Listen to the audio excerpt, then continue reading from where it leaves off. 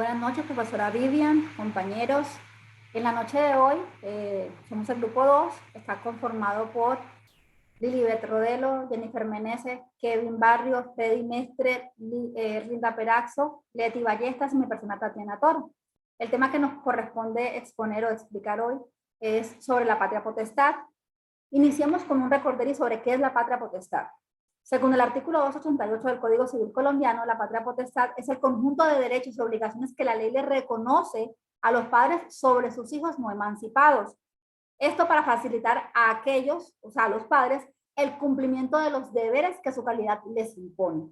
La patria potestad es un derecho que se consigue inmediatamente se reconoce el niño o el hijo, sin necesidad de que haya un matrimonio de por medio.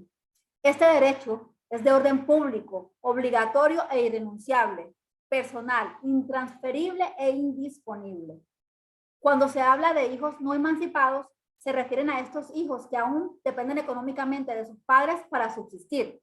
Cuando un menor trabaja o que se haya casado, se considera que es un hijo emancipado, ya no depende de sus padres.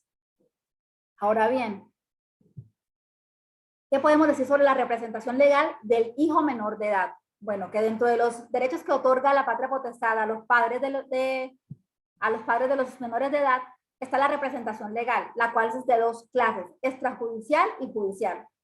La extrajudicial se refiere a la representación que ejercen los titulares de la patria potestad sobre los actos jurídicos generadores de obligaciones que asume el hijo y que no involucran procedimientos que requieran decisión de autoridad. La judicial la componen las actuaciones o intervenciones en procedimientos llevados a cabo no solo ante los jueces, sino también ante cualquier autoridad o particular en la que ellos deban de participar o intervenir el hijo de familia, ya sea como titular de derecho o como sujeto a quien se le imputan responsabilidades u obligaciones. ¿Puede un padre de familia renunciar o delegar las prerrogativas de la patria potestad? Bueno, según el artículo 307 del Código Civil, nos dice que los derechos de administración de los bienes, el usufructo legal y la representación extrajudicial del hijo de familia serán ejercidos conjuntamente por el padre y la madre.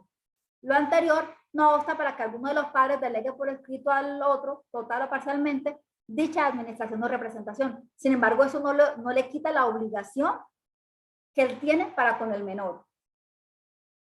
Si uno de estos padres falta, le corresponde los mencionados derechos pues al que queda vivo, digámoslo de esa forma. Si uno fallece, pues el que queda vivo tiene todas las obligaciones y los derechos con respecto a ese menor. En los casos en que no se hubiese puesto en acuerdo los titulares de la patria potestad sobre el ejercicio de los derechos de que trata el inciso primero de este artículo, o en el caso de que uno de ellos no estuviese de acuerdo en la forma como el otro lleva la representación judicial del hijo, pues se va ante un juez de familia que pues los coloque en acuerdo o se lleguen a eso que al menor le convenga más, a esos fines. Como lo habíamos dicho, debemos tener claro que es irrenunciable la patria potestad. La suspensión o la privación de esta solamente opera por sentencia judicial o por las causales legales relativas al incumplimiento de las obligaciones por parte de alguno de los padres. Es decir, yo no puedo decir que hasta aquí llegó la representación de mi hijo, hasta acá tengo las obligaciones con mi hijo. Eso es irrenunciable. Sobre este particular es pertinente resaltar que la declaración judicial de suspensión o privación de la patria potestad, conforme al inciso final del artículo 310, no exonera a los padres de su obligación con el menor. Él debe seguir cumpliendo con sus deberes. Bueno, la patria potestad, ¿por qué se suspende? El artículo 310 nos dice que la patria potestad se suspende con respecto a cualquiera de los dos padres porque esté demente, por estar entredicho de administración de sus propios bienes y por su larga ausencia. Asimismo, termina por las causales contempladas en el artículo 315, pero si estas se dan respecto de ambos cónyuges, se aplicará lo que está dispuesto en dicho artículo. Cuando la patria potestad se suspenda respecto de ambos cónyuges, mientras dure la suspensión se dará guardador al hijo no habilitado de edad. Esto quiere decir que se le puede dar a otra persona, normalmente es a un familiar. a los abuelos, a un hermano que ya sea mayor de edad. La privación o suspensión de la patria potestad no exonera a los padres de los deberes con sus hijos. Bueno, para aclarar un poco más sobre el artículo 315, este nos dice que se amplían las causas por las cuales se puede suspender la patria potestad y es cuando el niño es emancipado judicialmente. ¿Por qué se hace esto? Por maltrato habitual del hijo, en términos de poner en peligro su vida o de causarle grave daño, por haber abandonado al hijo, por depravación que los incapacita de ejercer patria potestad, por haber sido condenados a pena privativa de la libertad superior a 1 año. Y cuando el adolescente hubiese sido sancionado por los delitos de homicidio doloso, secuestro, extorsión en todas sus formas y delitos agravados contra la libertad, integridad y formación sexual, y se compruebe que los padres favorecieron estas conductas sin perjuicio de la responsabilidad penal que se les asiste en la aplicación del artículo 25, numeral 2 del Código Penal. En los casos anteriores, pues el juez puede proceder a petición de cualquier consanguíneo del hijo del menor, el abogado defensor de familia y aún de oficio lo puede hacer, quitarle la patria pues potestad. Y por último, nos preguntan si está vigente en Colombia la prórroga de la patria potestad. Pues la respuesta es no. Para entender un poquito mejor el tema, pues en Colombia la mayoría de edad la cumplimos a los 18 años. En este momento tenemos la capacidad legal para ser titular de derechos y ejercerlos de forma autónoma.